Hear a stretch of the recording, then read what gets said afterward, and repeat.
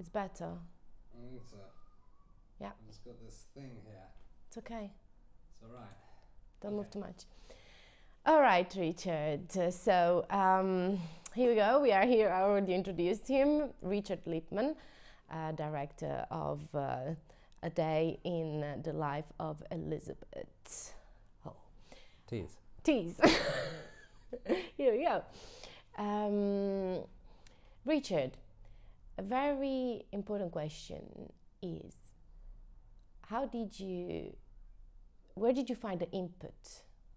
How did it happen to the idea of this story? The idea was partly inspired by film. I watched in late 2015 in London.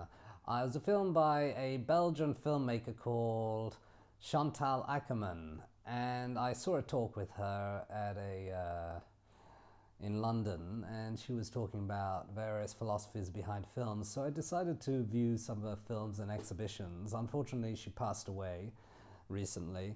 And I remember seeing a film, 1976, I think, possibly, a film from the 70s at least.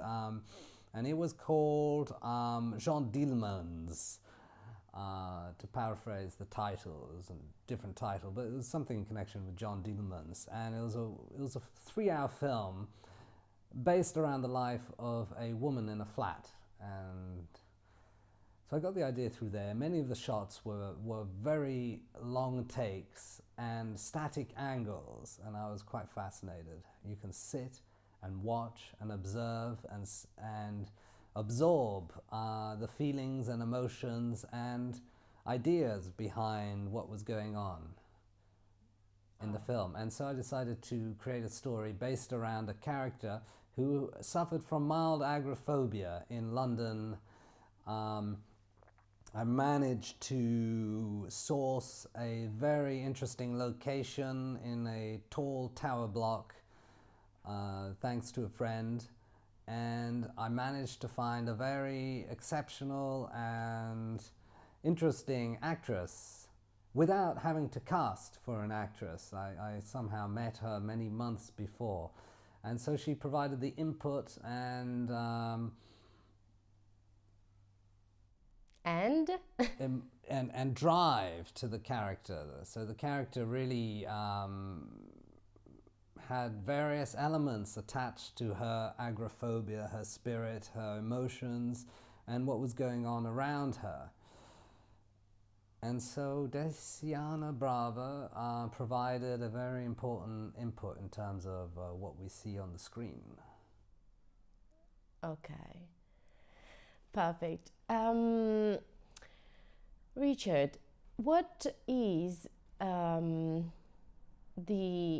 who is your favorite director, for example? What is your favorite movie, and what is your projects from now on, and what do you want to bring to the cinema community and the public in general? Well, I certainly want to bring out films that are interesting and exciting to publics, and certainly original. And I think this movie has a tinge of originality, and I certainly hope to create more projects that'll be interesting and exciting. I'm currently in development with various projects, from feature films to documentaries, that will highlight interesting stories. Of course, people have different ideas of what's interesting, but the idea is to keep people not only entertained but informed and educated. That's absolutely very important, to educate and try to bring something, isn't it? Perfect.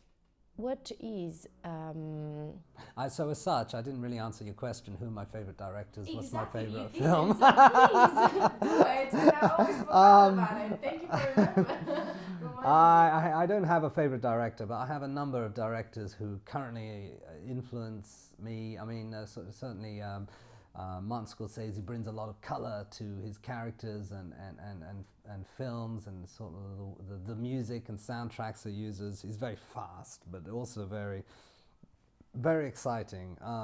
David Lynch, another American director, brings about a certain mysterious quality to his films. Michael Haneke brings about, a very disturbing angle to various characters in his films, and a certain amount of reality and naturalism. In terms of French filmmakers, there are a few. Jean Utrecht was quite interesting in the 70s. David Lean, British filmmaker, is great. Fantastic epic stories. Very interesting. And there are many, many more.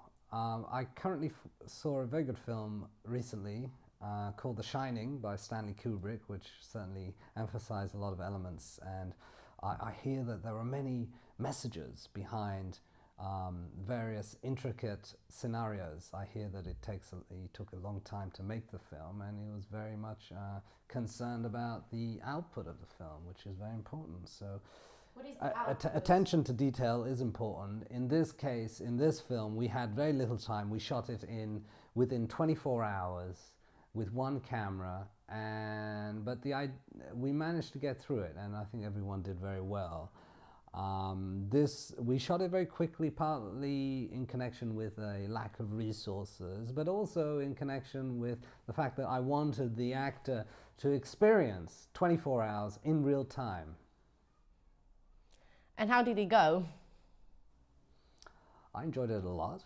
There was a lot of pressure, yet I enjoyed working with the actor, and there are various things that we changed in the script on the moment in connection with the story and the scenario of the film. I think the idea was to encompass a spirit, a certain emotion, a certain feeling that the character was experiencing throughout a 24-hour life of.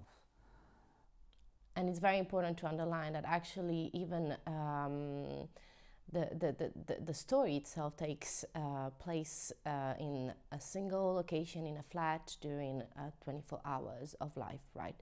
And it's very compatible also with the reality of the shooting itself, of the filming, right? Because it took from the morning till the very late night, exactly as the day of Elizabeth. That's correct. I wrote the script with the character going through a journey within a period of 24 hours in London. So I'd like to say that it is a very British, yet it has a wide scope to it. You know, everyone is very much engrossed in current technologies and the internet. And I think all of this brings a certain amount of isolation, and as a result, some people may be scared. I did like to include a hidden element inside the film, and I've introduced various hidden messages in the film, and I certainly let the audience discover what they are.